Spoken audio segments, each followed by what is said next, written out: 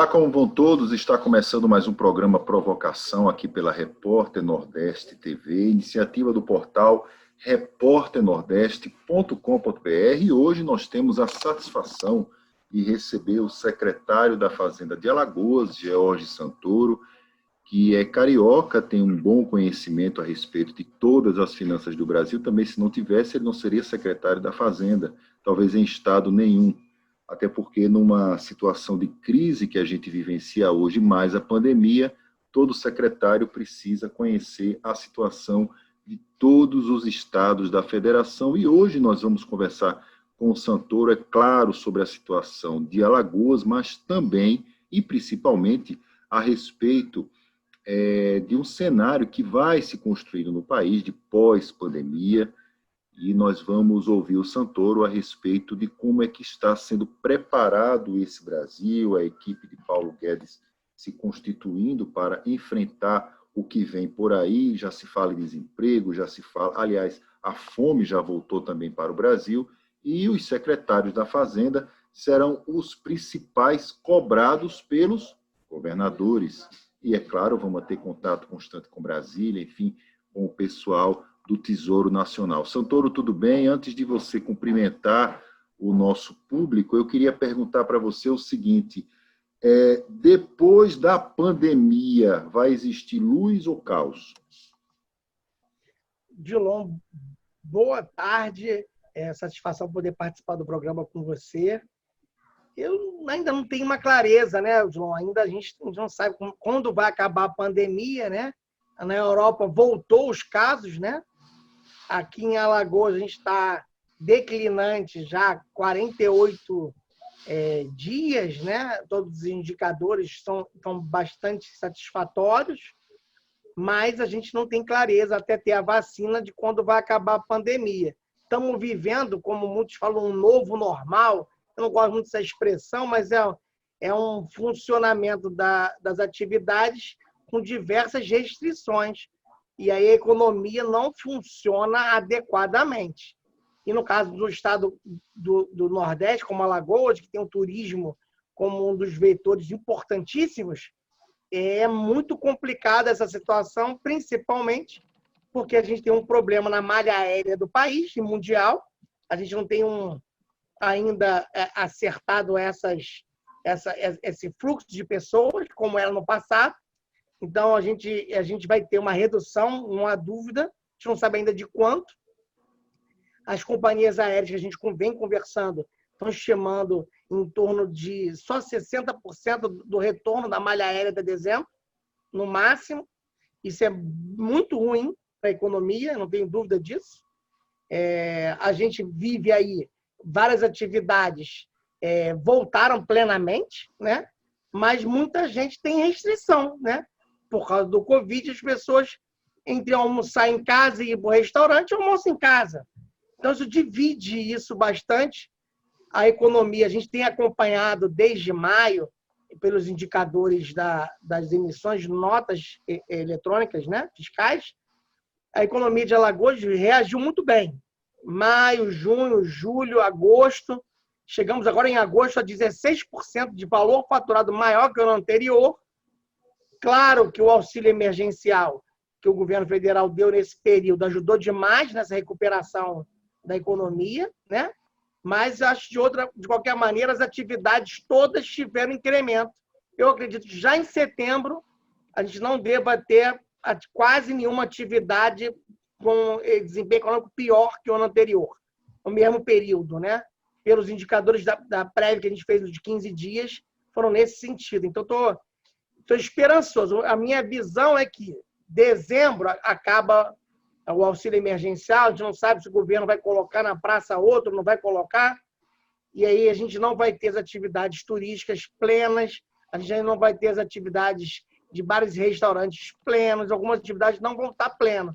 Então, a gente vai ter ainda um período de acomodação na economia bastante significativo. A gente não sabe ainda ao certo o tamanho disso, mas eu acredito que talvez 2021 seja pior que 2020. Odilon, por que isso? Porque em 20 o governo diria que fez um grande esforço de liquidez, botou 600 bilhões de reais na economia. se endividou o país, né? Se endividou. De um lado, o auxílio emergencial e alguns programas específicos para a saúde. De outro, ele botou liquidez nos bancos para financiar as empresas. Ele não vai conseguir repetir isso ano que vem, porque o endividamento do país vai a 100% da dívida, né? Do PIB, né? Então, a gente vai estar com um patamar muito grande de endividamento.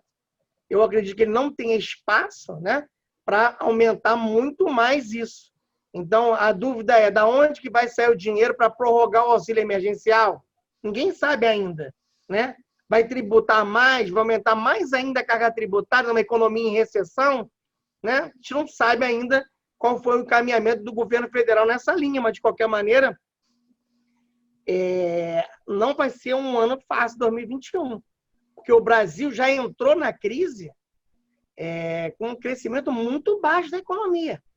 Os indicadores todos apontavam para um baixíssimo crescimento da economia, apesar do mercado achar que estava ótimo, e não estava. Na verdade, os indicadores econômicos já indicavam que o início desse ano a gente não teria um ano maravilhoso, teria um ano ainda com baixíssimo crescimento econômico. Esse é o nosso cenário que a gente está olhando agora, né?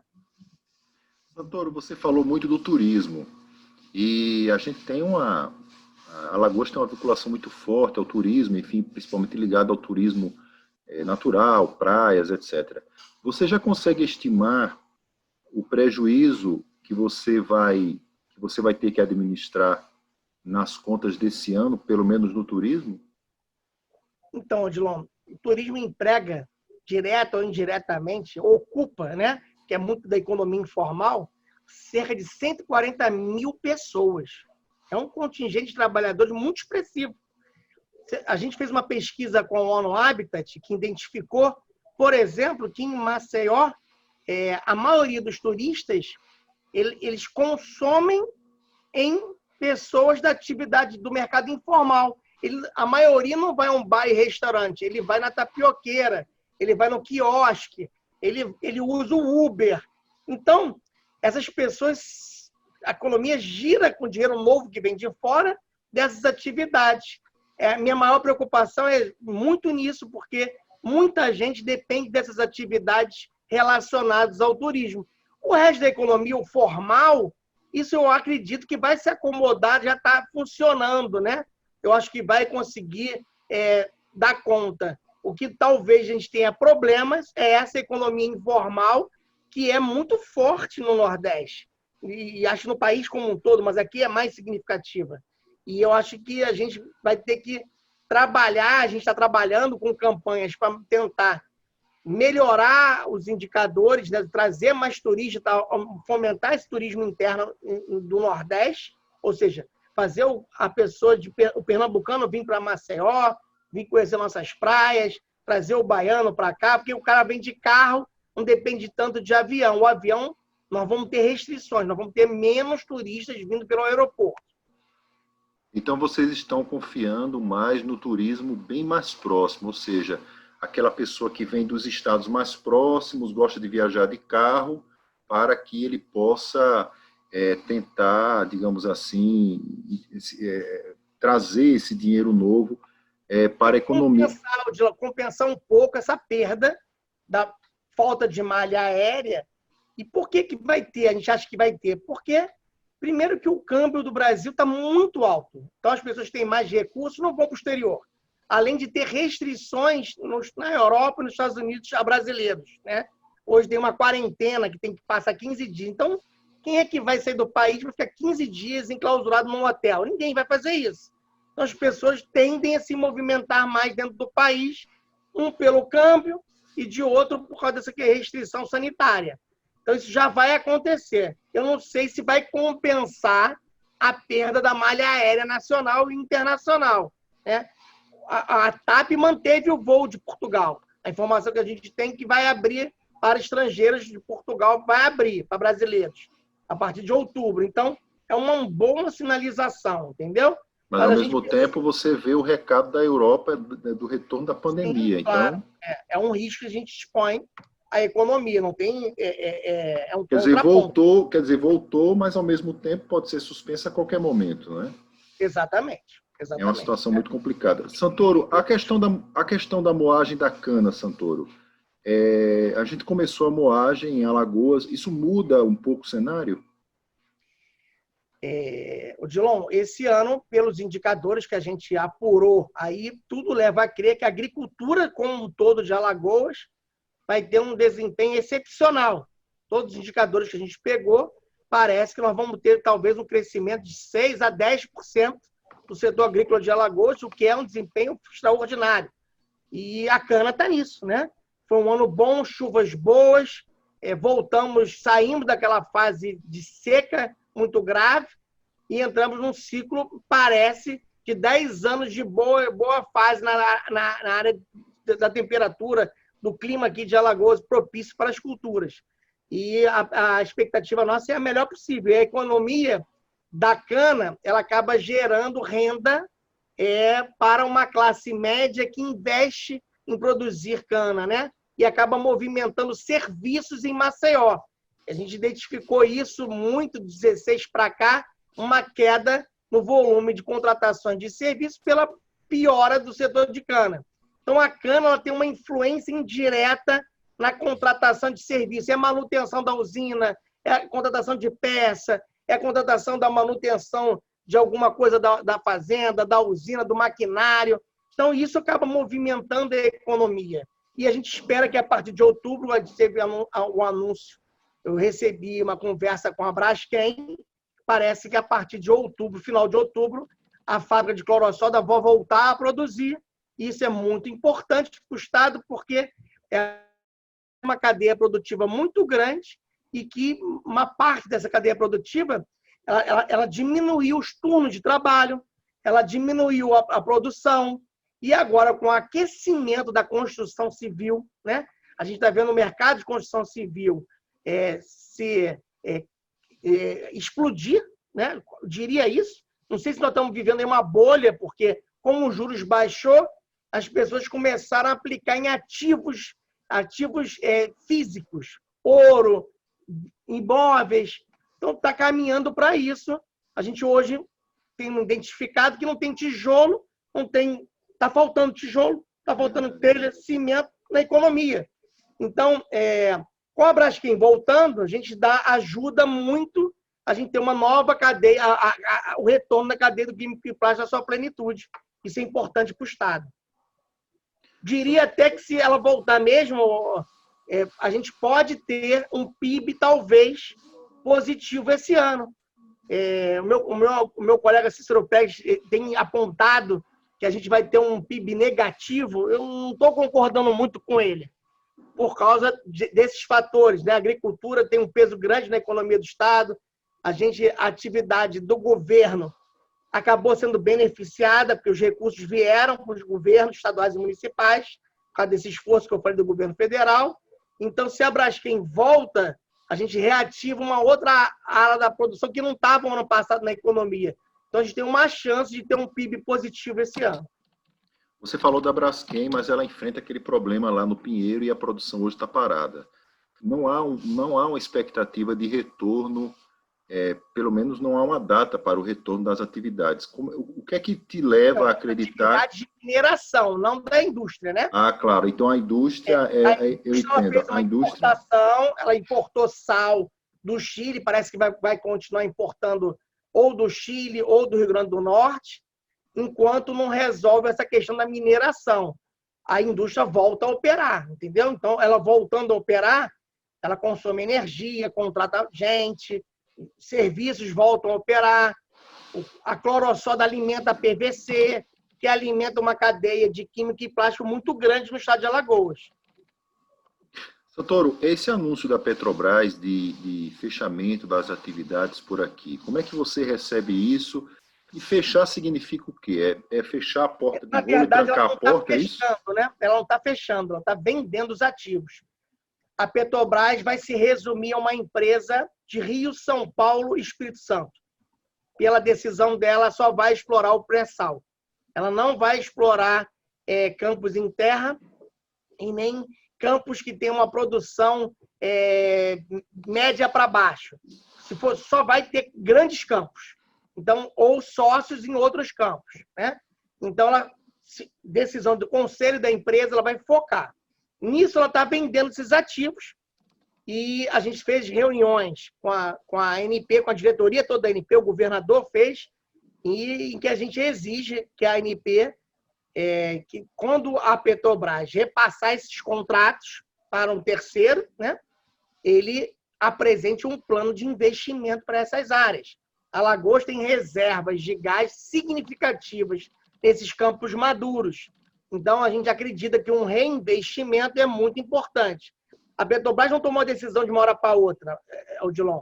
Ela, durante os anos de 17, 18, 19, ela contratou várias empresas para fazer sísmicas nessa região, que vai de Maceió até São Miguel dos Campos. Então, ela mapeou toda a situação para poder fazer uma venda com preço para ela interessante. Está no processo de venda, já teve a entrega dos primeiros envelopes, de documentação, está em fase de preço. Ela está vendendo todos os ativos em Alagoas, inclusive as UPGNs, que são as de pilar em relação ao processamento do gás. Então, é uma venda significativa de ativos no Estado. Eu acredito que vai trazer... Não, pode falar, por favor. Eu acredito Eu acho que ela vai trazer investimentos para o Estado, tá? Porque nós vamos ter atores novos que vão tentar aumentar a produção.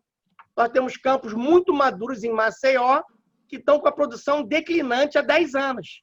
Então, se a gente reativar esses campos, isso gera renda para os municípios, gera novos empregos. Eu acho que na Bahia, onde isso aconteceu, já começou mais cedo esse processo, gerou muito aumento de produção. Eu acredito que isso é uma tendência no mundo inteiro. São pequenos campos que podem gerar uma boa riqueza. Em paralelo, já começou os prazos dos leilões que aconteceram de concessão. Então, já tivemos um anúncio de uma empresa, essa semana, por exemplo, de usar Maceió como porto para a exploração da Exxon. É um campo que pega de Maceió até Sergipe. É uma área de exploração muito grande. Então, ela vai começar a furar e parece que está tudo acertado. O secretário Maurício tem conversado com a empresa, o secretário Rafael vai fazer uma reunião com eles agora recentemente, mas eles já escolheram Maceió, dependendo só de uma posição do porto, para começar a operar. Isso vai operar em campo offshore, no mar, né? Isso pode trazer vários novos serviços para Maceió, concentrando aqui no Porto de Maceió. Aí tem heliporto, operação de helicóptero, operação de barcos, operações de equipamentos. Então, isso gera um ciclo econômico que a gente perdeu quando a Ferrostal acabou os contratos de plataforma que tinha aqui. Ou seja, a gente perdeu 4 mil empregos que era operado pela Ferrostal no Porto de Maceió. Isso aconteceu em 2016, né? Uma perda grande. A Petrobras já acabou com o plano de nacionalização, né? Passou a contratar tudo fora. Então, a gente perdeu esses empregos aqui em Maceió, empregos com renda alta, com qualidade salarial boa, e talvez com essa nova operação a gente volte a recuperar o que a gente perdeu. Você na linguagem do mercado, e é uma linguagem que você transita bem, vender ativos significa preparativo para a privatização da Petrobras? Não. A Petrobras é uma empresa muito endividada. Ela estava muito alavancada. Uma empresa de petróleo, isso é normal.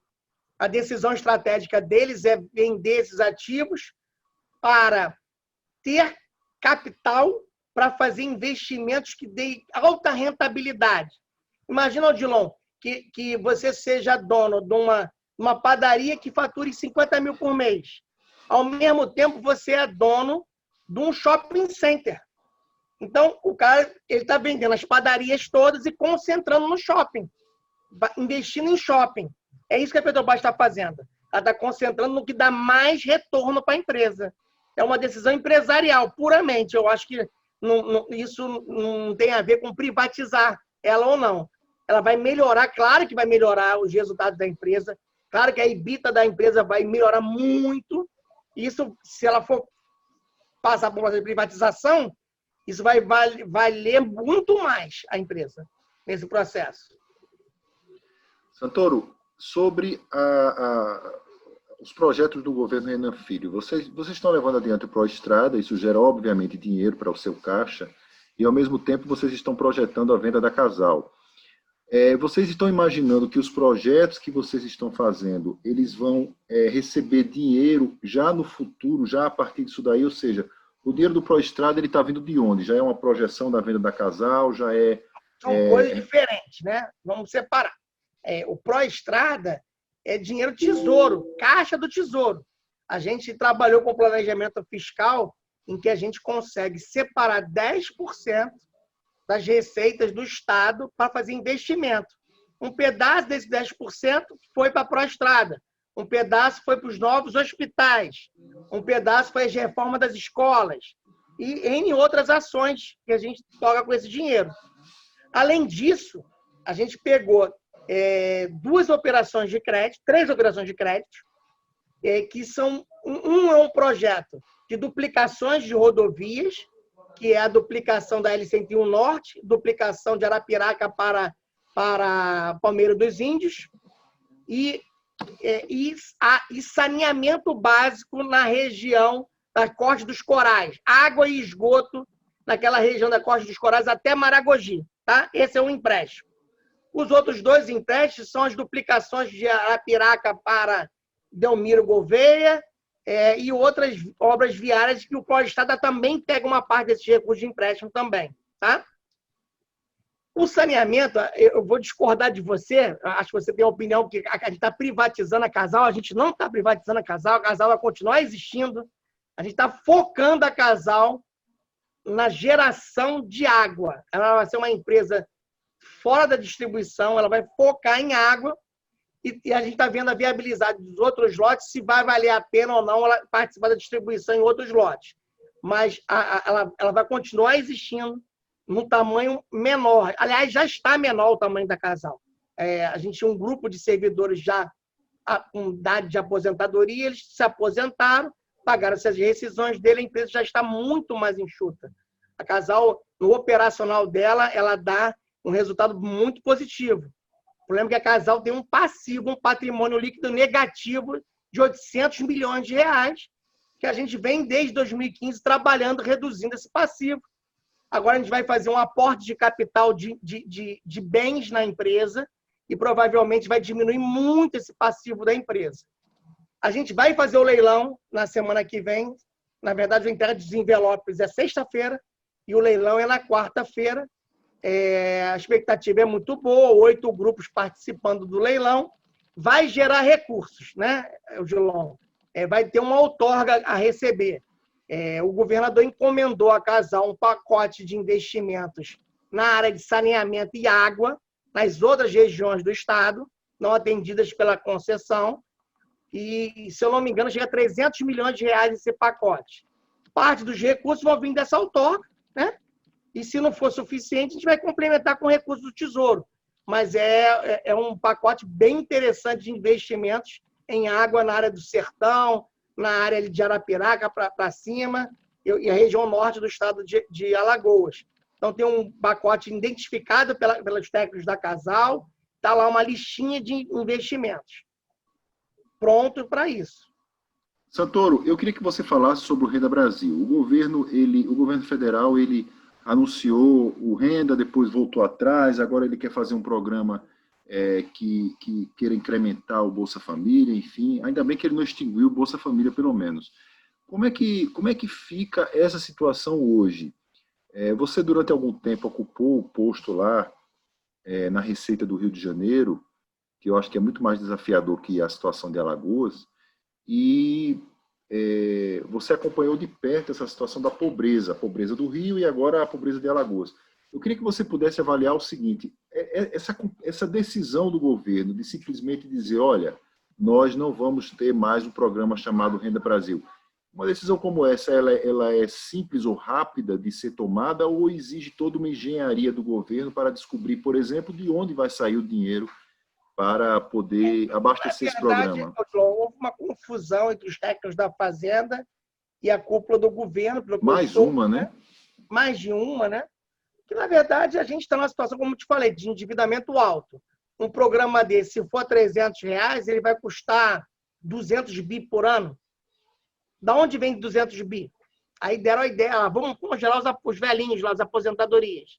É solução? Não é solução, porque você resolve um ano isso. 2, como é que vai manter o programa para frente? Não é uma renda permanente, né? Você resolve para um ano, empurrou com a barriga o problema. Um programa de governo, se é programa, ele tem que durar 10, 15 anos, ser avaliado, ver os resultados. Então, tem que ter uma fonte de recursos permanente. Não é sustentável me endividar para fazer um programa de transferência de renda. Eu não vejo isso como sustentável.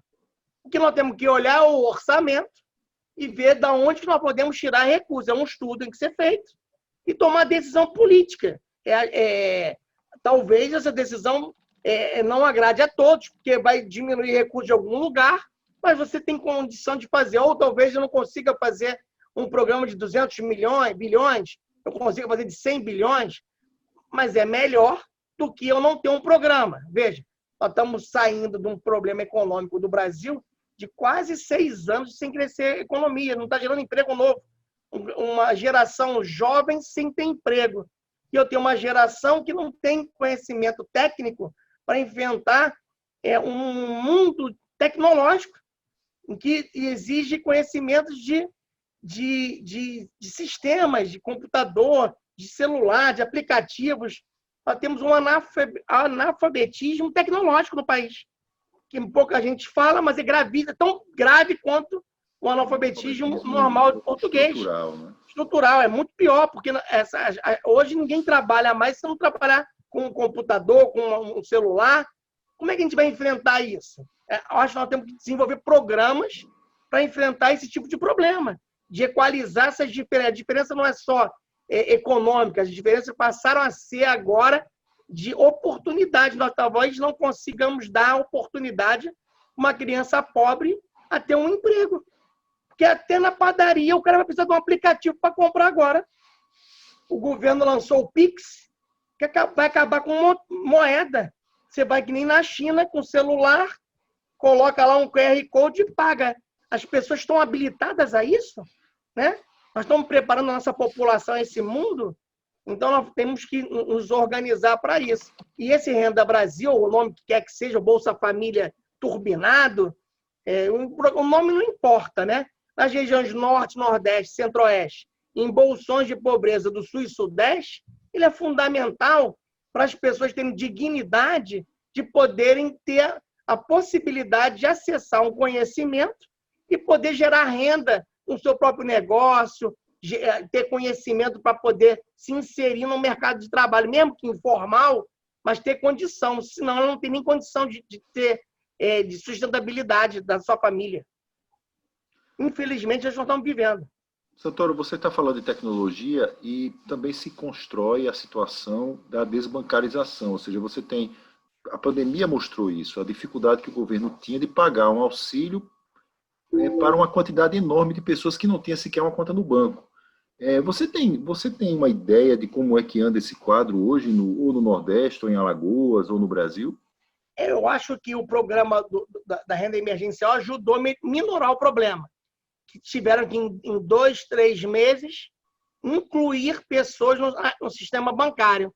Os bancos não tinham interesse. O Banco Central, Odilon, está fazendo um trabalho silencioso e muito bem feito em democratizar o acesso ao sistema bancário. O Pix é um exemplo, mas começou a abertura regulatória para entrar as fintechs. O Brasil tem 5 bancos. Dos 5 bancos, 3 são nacionais e 2 estrangeiros. Isso não é normal. É uma concentração excessiva no mercado, né? Você vai nos Estados Unidos, você tem bancos municipais, bancos estaduais, não do governo, mas empreendedores que montam pequenas atividades financeiras. Eu acho que a abertura regulatória do Brasil está proporcionando a possibilidade de ter um banco como o Nubank, né, e outros, né, que tenha 10 milhões, 20 milhões de correntistas. Eu acho que isso é um avanço muito grande e isso é inevitável. Agora, para ter esse avanço tecnológico, as pessoas precisam conhecer minimamente e ter ferramenta. O cara tem que ter um celular que consiga usar um aplicativo de um banco. Então, é um investimento que nem toda pessoa tem, né? Para poder acessar a rede. Nem todo mundo tinha dinheiro para ter um celular que tivesse aplicativo. Às vezes o cara tem celular normal, de linha de se falar só. Não tem um O WhatsApp. lanterninha, o famoso É lanterninha. lanterninha, isso. Santoro, Apesar de que tem muita gente que consegue no lanterninha ainda fazer aplicativo, né? é verdade. Você falou dos bancos e hoje há um debate em cima. Aliás, sempre existe o debate a respeito de se encontrar uma alternativa para os lucros que os bancos têm no Brasil, que são lucros estratosféricos. O Bolsonaro ele sempre fala de patriotismo, enfim, mas aí ele não consegue caminhar esse recado, por exemplo, para os bancos. Eu queria que você pudesse falar sobre isso. Essa proposta de taxação ou de discussão ou de debate em cima do lucro dos bancos, ela é viável ou não no Brasil? E eu queria que você falasse da taxação das grandes fortunas. Se fala de uma evasão de pessoas, as pessoas vão sair do Brasil, os super ricos, etc. É isso mesmo? É viável nesse sentido? Você, durante o tempo, você conviveu com as maiores fortunas do Brasil quando você ocupava os cargos lá na Receita do Rio de Janeiro. Como é que funciona essa dinâmica? Isso não poderia gerar dinheiro novo na dinâmica brasileira? Ou realmente não funciona dessa forma como se discute hoje, pelo menos a oposição discute hoje no Brasil? Com relação aos bancos, né? Como eu falei, hoje o sistema bancário brasileiro é extremamente concentrado. 5 bancos dominam 90% do mercado, né? Então, a atitude correta é o que vem sendo tomado, tentar pulverizar o número de instituições financeiras, aumentando a competitividade, diminuindo as taxas. Com isso, vai diminuir as margens dos bancos. Isso já é apontado, Odilon, já nos resultados das ações dos bancos a partir desse ano. Porque você já olha claramente que a rentabilidade dos bancos começa a cair. Porque você tem concorrência, tem o Pix que diminui as tarifas bancárias, eu faço um TED, custa R$10,60. No Pix é de graça. Então, isso diminui o faturamento dos bancos e faz com que eles tenham que ir para o negócio que eles foram criados. O que é o negócio deles? Emprestar dinheiro em condições para a economia girar e funcionar. E não ficar na jogatina ou não ficar simplesmente ganhando tarifa. Então, a ideia muito bem colocada do Banco Central, isso leva um tempo até o mercado se consolidar, fomentar. Eu acredito que está indo no caminho certo. Do outro lado, a questão tributária do país, ela é muito ruim hoje, né? A gente tem uma estrutura tributária construída antes da Constituição de 88, a Constituição referendou ela com alguns ajustes, mas ainda assim a gente tem fatos geradores não tributados e outros muito tributados. Então, como você colocou, a renda e o patrimônio no Brasil, a tributação é muito menor que a maioria dos países da OCDE. Em compensação, o consumo de bens e serviços é muito alto no Brasil. Quando a gente está estudando aí o IBS, né, nas discussões, hoje vai ter uma reunião hoje, no final da tarde com a Receita, talvez a última antes de fechar o relatório do Congresso, do relator, né? A gente chegou a um número, talvez, de 30% numa alíquota de um imposto de bens e serviços. 30%. Na OCDE, o mais alto, se chegar a 12, 15 é muito. E o Brasil tributa 30%. Olha o tamanho do negócio. Né? Enquanto a renda lá e o patrimônio são altas as alíquotas. No Brasil, o mais alta de transmissão de patrimônio vai chegar a 8%. Né? Então, talvez seja mais eficiente do que tributar um imposto que não é muito conhecido na OCDE, nos outros países mais desenvolvidos, que é o de grandes fortunas, talvez seja mais eficiente aumentar as alíquotas dos impostos já existentes em relação à renda, que é um imposto de renda, uma alíquota progressiva melhor, né? E talvez a questão da transmissão das heranças e das doações teria uma alíquota um pouco maior do que é hoje no país. E aí eu acho que a gente se igualaria. Eu acho que na área tributária a gente não pode ficar inventando muito, porque outros países já experimentaram e deram errado e deram certo, é só ver o que fizeram que deu certo. Acho que é o caminho melhor de seguir por aí. E eu acho que seja um debate, Odilon, maior na população. Não dá para fazer uma reforma tributária no ano da pandemia rápida. A gente precisa de um debate, de uma discussão maior. Por que uma discussão maior? Porque a relação federativa é muito importante. Ou seja, se eu mudar essa tributação, como é que vai ficar o município? Ele vai ter dinheiro para se manter? Eu preciso também me preocupar com os impactos nos entes federados e também nas empresas. As pessoas vão embora se eu crio um imposto de grandes fortunas. Talvez não vão embora. Eu não acredito que vão embora. Mas na hora de decidir se eu vou vir para cá ou vou para o Uruguai, talvez o cara decida investir num país que não tenha isso, entendeu? Então a gente tem que pensar um pouco nisso. Mas se eu estou tributando com uma carga que o chinês lá entende, ele não vai sentir diferença. Porque, veja, Odilon, a gente foi para a China naquela missão. Como é que era para explicar para uma empresa chinesa a carga tributária do país, do Brasil? É uma aventura. Ele não entende, porque o nosso sistema ficou uma maluquice. Então, era muito difícil a gente explicar, entendeu?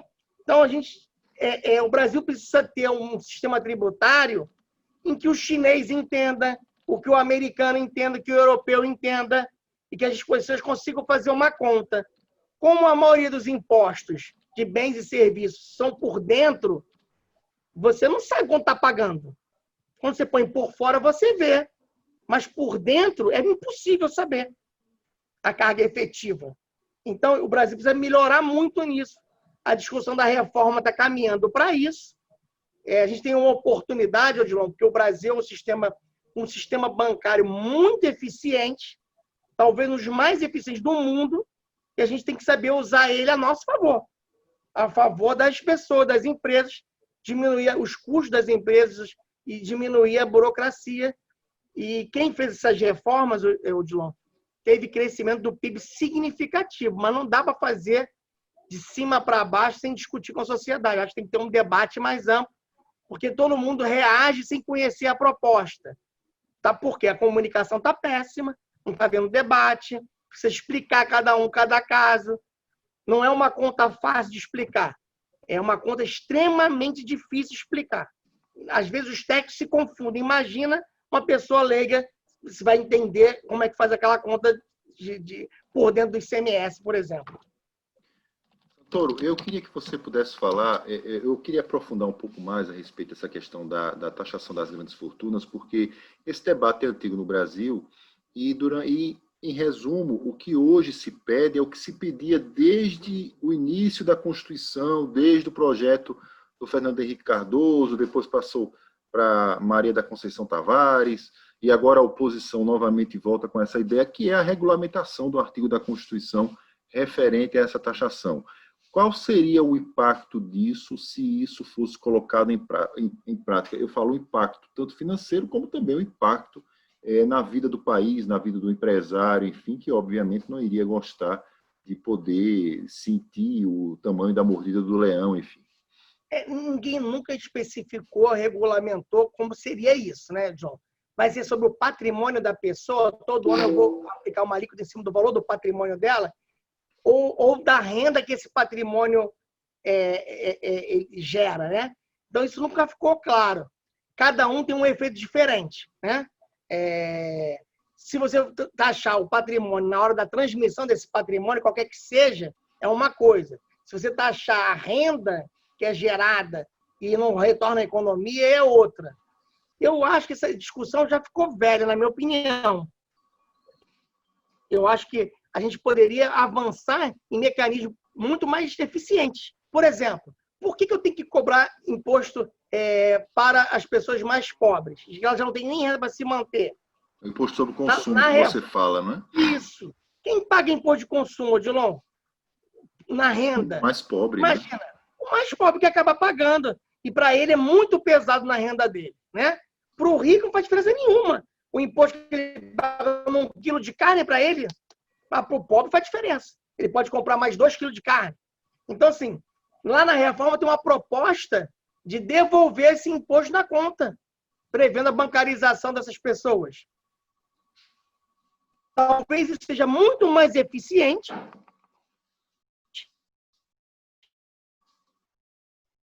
de cobrar menos dos pobres, que eles vão poder comer melhor.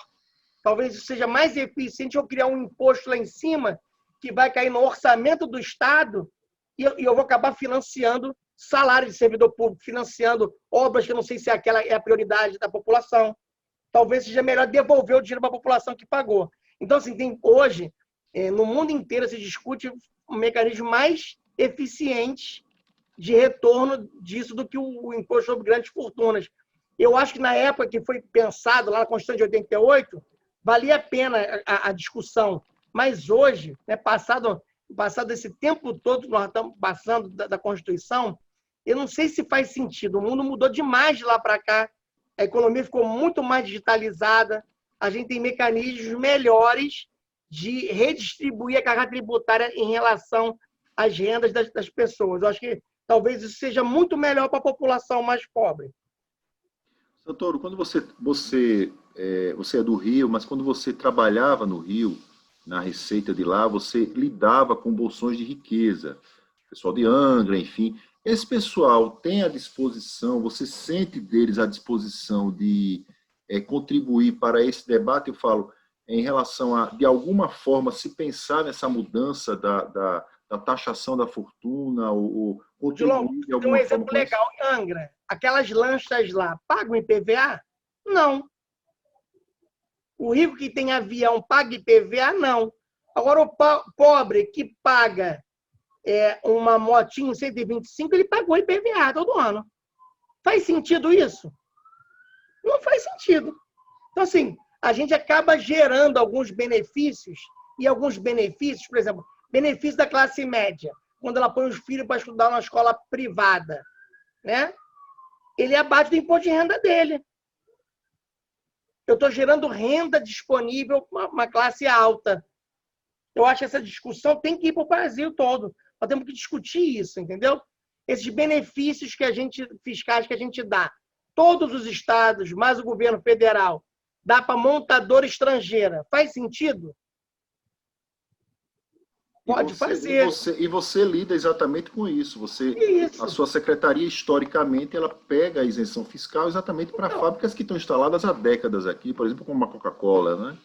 Exatamente. Ela teve o poderzinho renovado por uns 15 anos. Agora, nós vivemos num contexto que, se eu não faço isso, ela sai daqui e eu perco 500 empregos e vai para ali. E eu perco a receita do mesmo jeito, né? A mesma coisa. Então, a gente tem que rediscutir o sistema tributário brasileiro para evitar essas coisas e redistribuir a riqueza e a renda de uma maneira adequada, porque a gente não mudou nada, Odilon. Os estados mais ricos continuam mais ricos, os mais pobres continuam mais pobres. A gente não mudou isso, né? O sistema tributário do Brasil avançou nisso. A guerra fiscal minimizou. Muita gente critica a guerra fiscal, mas ela acabou gerando desenvolvimento no Nordeste, não tem dúvida disso. O Nordeste, que há 20 anos atrás e hoje, é outro. Hoje você tem uma infraestrutura no Nordeste, tem aeroporto, não tinha 20 anos atrás. Só tinha no Sul e Sudeste. Então, a guerra fiscal, nesse ponto, foi boa, mas ela não é sustentável ao longo do tempo. É como você falou, eu continuo mantendo a Coca-Cola aqui só porque eu dou benefício fiscal. Então, a gente precisa rediscutir esse mecanismo do tributário para a gente equalizar isso. Você tem uma ideia, se eu jogar a tributação só para o destino, Alagoas ganha 1 bilhão a mais de arrecadação. Olha, o que quer dizer isso, Odilon? Por que aconteceu isso? Porque na Constituinte de 88, colocaram uma regra lá que uma parte da arrecadação é na origem, uma parte no destino. Favoreceu quem? São Paulo, Rio, Minas Gerais. É justo isso? Não, não é justo. Por quê? Porque quem consome, quem gera o produto, quem trabalha, no mundo inteiro, a tributação de bens e serviços é no destino. E o Brasil adotou um modelo lá em 88 que era misto, o que favoreceu amplamente São Paulo. Aliás, favoreceu São Paulo em todos os sentidos. Nesse e na questão do petróleo e energia, que não tributa na origem, porque ele não tinha produção na época, só no destino, é o contrário. no que ele não tinha, a equação foi ao contrário da tributação. Fez com que houvesse uma grande concentração de riqueza em São Paulo, em detrimento dos demais estados do Brasil. Isso é muito ruim para o crescimento econômico do país como um todo. Quanto mais desequilíbrio a gente tiver, mais difícil é o crescimento. Isso é o livro do Piketty, ele discute muito isso, ele tem muitas críticas, mas esse assunto é bem interessante quando ele discute esse ponto. Você falou do livro do Piketty e a gente hoje voltou a ver a situação da desigualdade social no Brasil. O IBGE mostrou recentemente isso e falou do retorno da fome, etc. E novamente se fala a respeito principalmente da escolaridade do brasileiro, que é uma escolaridade muito baixa, que se tivesse, segundo a OCDE, se a população brasileira, uma quantidade maior de pessoas tivesse ensino superior, sentiria que cada pessoa teria uma melhoria de renda de pelo menos 150%. Eu queria saber como é que você lida com essa realidade no dia a dia de Alagoas, porque é difícil você estar administrando os cofres do segundo ou terceiro estado mais pobre do Brasil e você não consegue falar de economia criativa, você não consegue falar de empreendedorismo cultural, enfim, e ao mesmo tempo você tem que gerar dinheiro, você tem que construir dinheiro, ou pelo menos você tem que inventar dinheiro. Como é que você consegue gerenciar toda essa complexidade se nesses termos você consegue colocar na pauta do dia a dia? O Estado tinha um problema estrutural fiscal muito sério ali em 2015, uma grande dívida. O Estado, como você falou, segundo, terceiro mais pobre do Brasil e tem a quinta maior dívida do Brasil. Uma dívida que, na sua maior parte, não foi contraída pelo setor público, contraída por quebradeiras de empresas estatais do governo, na época. Como o Produban, que a gente... E os usineiros, que a gente herdou a dívida dos usineiros, né? Herdou do banco, né? Que era o banco que tinha a dívida das usinas. Ou de usina, não é só usina, tem hotel, tem de tudo ali no meio. Né? Exato. Então, quebrou o banco, a gente assumiu uma parte da dívida, uma outra parte da dívida de operações que foram feitas na época em Alagoas. E como é que você paga um valor desse? Chegou-se a pagar... As tenebrosas transações, né? Chegamos a pagar 20% da receita do Estado à dívida. Então, o Estado pobre destinar 20% para a dívida, não sobrava nada para o Estado. Então, passamos 3, 4 anos renegociando, discutindo, reduzindo, e hoje o Estado está com uma trajetória muito boa, muito organizada. Você não tem como pensar como você acabou de falar, economia criativa, nisso ou naquilo, se você tem um problema enorme para você lidar no dia a dia. Né? Eu acho que o Alagoas agora tem espaço para pensar em todas essas coisas. Eu acho que a gente tem como sonhar e como desejar desenvolver atividades, como você colocou, a cultura aqui em Alagoas é riquíssima, e com o turismo a gente pode fomentar diversas atividades. E aí a gente fez um benefício fiscal que agora, esse ano, talvez seja efetivo para o setor cultural, ou seja, as empresas que querem, em vez de pagar ICMS, ela faz um projeto cultural, tipo uma lei Rouanet estadual que a gente fez. Mas demorou essa coisa a andar. Parece que vai começar a andar agora. Já tem empresas interessadas. Isso é muito importante. Quantas pessoas não trabalham no setor cultural, João? Milhares de pessoas podem trabalhar, fundamental para o Estado, patrocinar escritores. Acho que é importantíssimo isso para o Estado. Acho que melhora o pensamento, melhora o senso crítico da população. Mas isso é um processo que a gente vai ter que construir, de fomentar isso. E a educação, como você falou, tem um papel fundamental. As escolas de Alagoas estavam muito ruins fisicamente. Teve que se reconstruir as escolas. Porque eram ruins, porque não tinha dinheiro para nada. Agora, como eu te falei, a gente consegue gerar 10% de recursos para pagar. Mas, como você falou, teve uma engenharia no início do governo que apertou um monte de coisa, aumentou um pouco a carga tributária, e isso gerou recursos para poder gerar essas possibilidades.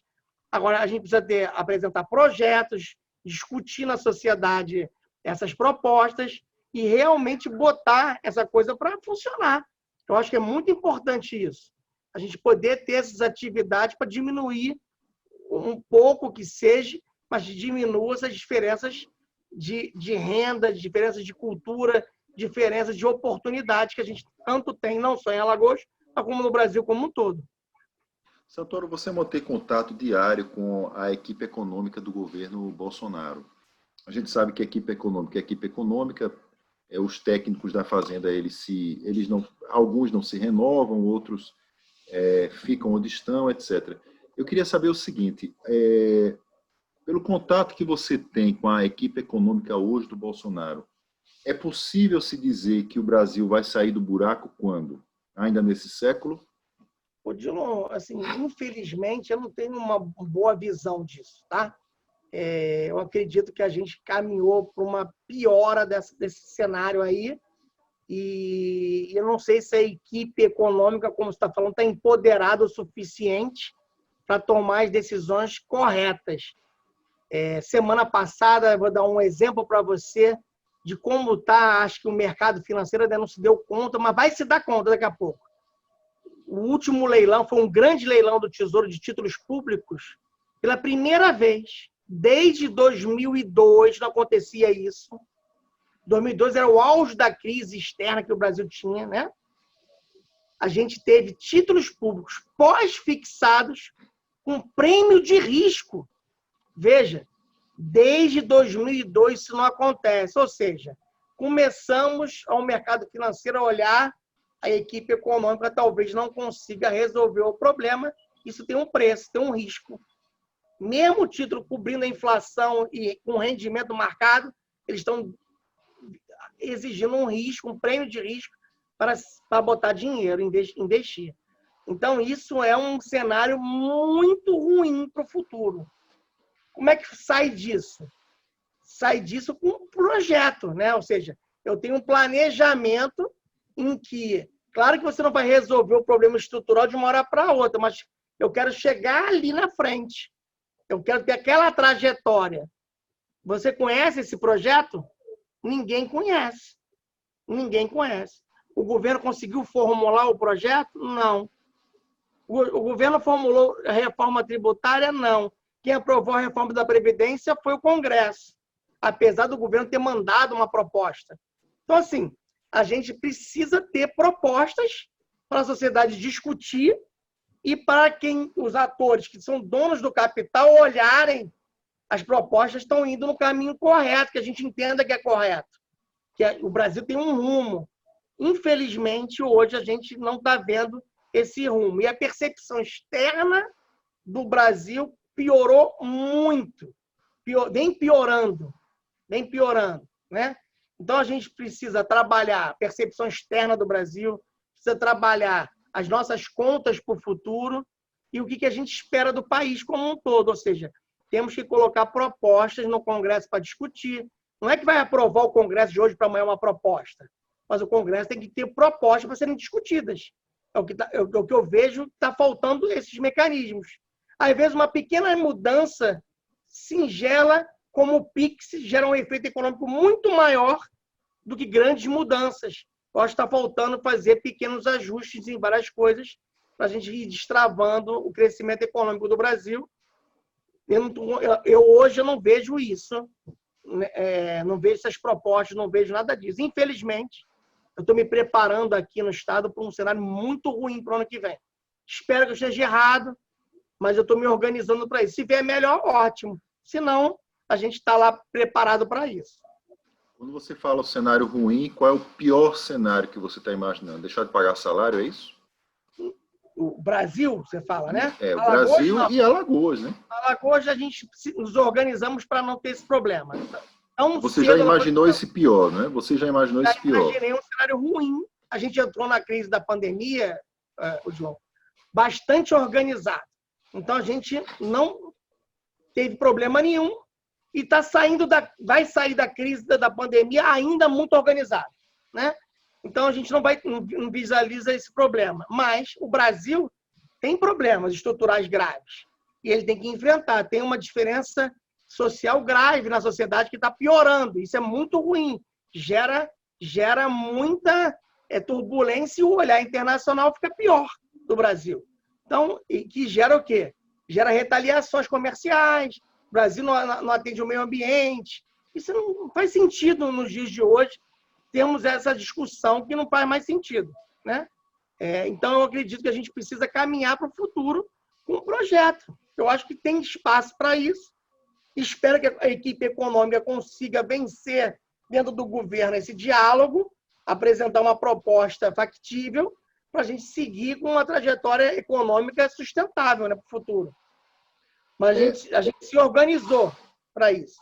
Doutor, quando eu fiz essa entrevista com você, eu tirei você de uma reunião e agora eu vou fazer a última pergunta para que você possa voltar para a sua reunião. Mas antes disso, eu queria te perguntar o seguinte. Você fala projeto, projeto, projeto, projeto, projeto. Se hoje você fosse chamado para trabalhar na equipe do Bolsonaro, eu sei que você não gosta muito de falar sobre política, mas se você fosse hoje chamado para trabalhar na equipe econômica do Bolsonaro, a sua resposta seria sim ou não? Dilon, com esse projeto que está aí apresentado, seria não. Eu estou muito feliz aqui em Alagoas. Tem algum projeto que você viu? Não tem, é exatamente isso. Não ter projeto, não ter proposta. Eu acho que o Brasil precisa ter propostas na mesa. Cada governo tem que ter suas propostas. E se elas vão ser aprovadas no Congresso ou não, faz parte da democracia. Mas a gente tem que sair com um encaminhamento.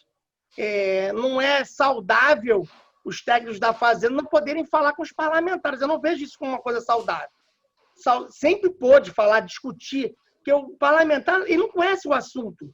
Os assessores eles querem ligar para tirar uma dúvida, querem tirar o esclarecimento de um ponto da proposta. Isso é muito importante no debate democrático.